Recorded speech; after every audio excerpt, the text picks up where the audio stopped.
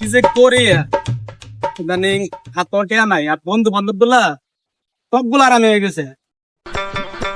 আরে বড় ভাই দিয়ে নাও ধান্দাটা বুঝি এখান থেকে করতে হবে। ভাই কে তুমি কি কোন খবর টবর রাখো ঘরে কি হইতেছে না হইতেছে? না তো ঘরে তো বিয়ার কথা চলতেছে। হ্যাঁ আগে পারলাম তারপরে কইতেছি